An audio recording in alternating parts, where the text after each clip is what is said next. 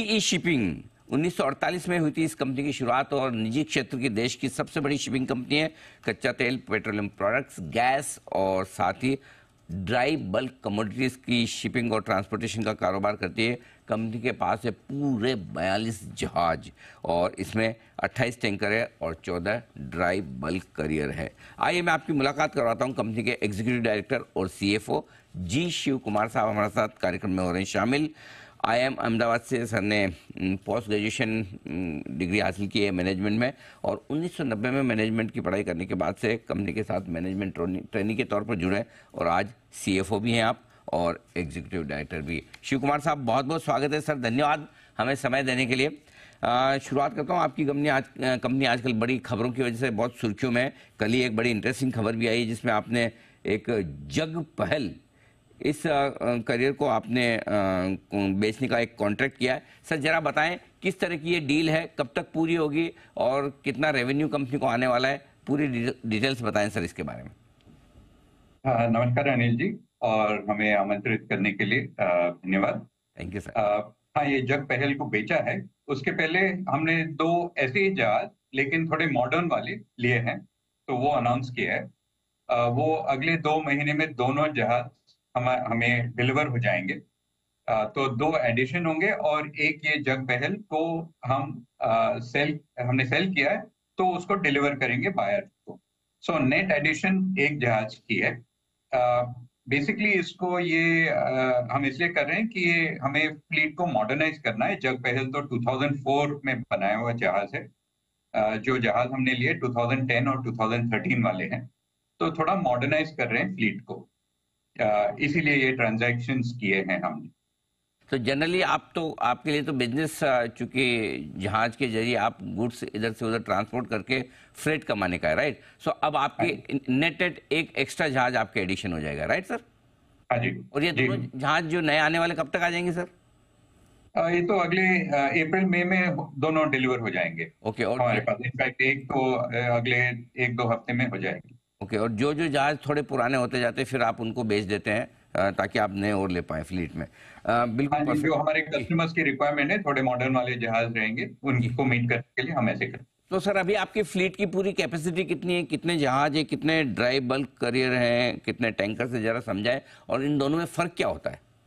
हाँ जी, तो हमारी फ्लीट तो जैसे आपने कहा आजकल 42 है। उसमें 2 और ऐड करेंगे और एक कम हो जाएगा, तो 43 हो जाएगा। इनमें से 14 तो ड्राई बल्क शिप्स हैं जो ड्राई कार्गोस ट्रांसपोर्ट करते हैं, आयरन और कोल, स्टील, ग्रेन्स, लाइमस्टोन वगैरह। सो जो ड्राई कार्गोस हैं। और 3 टाइप के जहाज हैं हमारे पास टैंकर्स में। एक तो एलपीजी है, जो रेफ्रिजरेटेड जहाज हैं, जो एलपीजी ट्रांसपोर्ट करते हैं, मतलब प्रोपेन और ब्यूटेन। उनके 4 जहाज हैं हमारे पास। उसके अलावा हमारे पास 6 क्रूड टैंकर हैं जो कच्चा तेल ट्रांसपोर्ट करते हैं, और बाकी के प्रोडक्ट टैंकर्स हैं जो रिफाइंड प्रोडक्ट्स को ट्रांसपोर्ट करते हैं। तो ये है हमारी फ्लीट।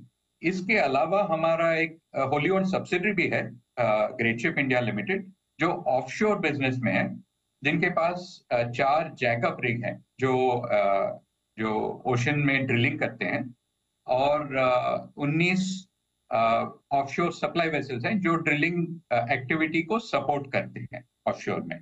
तो वो भी बिजनेस है हमारा। Okay, perfect. तो टोटल हमारे एक्चुअली 65 एसेट्स हैं as of date. Shiv Kumar साहब, ये अभी जो कुछ महीनों पहले जो रेड सी में जो समस्याएं हुई थी और इनमें से जहाज़ों की आवाजाही पर बड़ा फर्क भी पड़ा था, ये किराए भी काफ़ी बढ़ गए थे। ये समझाएं सर, किराए बढ़ने से आपको फ़ायदा होता है, नुकसान होता है, या आप क्लाइंट्स को ही पास ऑन करते हैं तो ज़्यादा फर्क नहीं पड़ता? कि इस तरह की सिचुएशन में कैसे आप मैनेज करते हैं?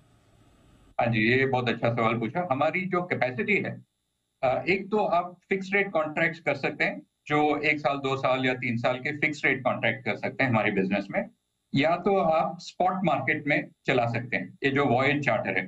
तो इसके रेट्स तो चेंज होते रहते हैं। हमारे जहाज नॉर्मली स्पॉट मार्केट में चलाते हैं। At least 75 to 80% of our capacity is in the spot market at any time. तो जब मार्केट्स ऊपर नीचे होते हैं तो उनकी इफेक्ट बड़ी जल्दी आ जाती है हमारी फ्लीट में और हमारी पीएनएल में। तो वो चेंज जल्दी पता चलता है हमको, क्योंकि इतनी कैपेसिटी है हमारी स्पॉट मार्केट में। तो हमारी ये कॉन्शियस स्ट्रेटेजी है, क्योंकि स्पॉट मार्केट में रहने से अर्निंग्स बेहतर होते हैं टाइम चार्टर से। क्या होता है इससे कि ये थोड़ी वोलेटिलिटी ज्यादा रहती है रिजल्ट्स में, बट वो तो ठीक है, क्योंकि लॉन्ग टर्म में हमें नेक्स्ट क्वार्टर के रिजल्ट्स के बारे में हम नहीं सोचते हैं। हम लॉन्ग टर्म में बेटर रिजल्ट्स और बेटर रिटर्न ऑन इक्विटी की सोचते हैं, इसलिए हम ज्यादा स्पॉट मार्केट में चलाते हैं हमारे शिपिंग फ्लीट। परफेक्ट, बहुत ही बढ़िया।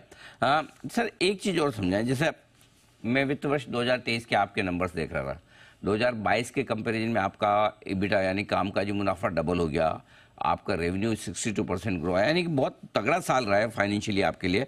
ये साल खत्म हो ही चुका है कल ही, किस तरह की ग्रोथ की उम्मीद की जा सकती है और क्या वित्त वर्ष 2025 के लिए कोई आप आउटलुक वगैरह दे सकते हैं सर?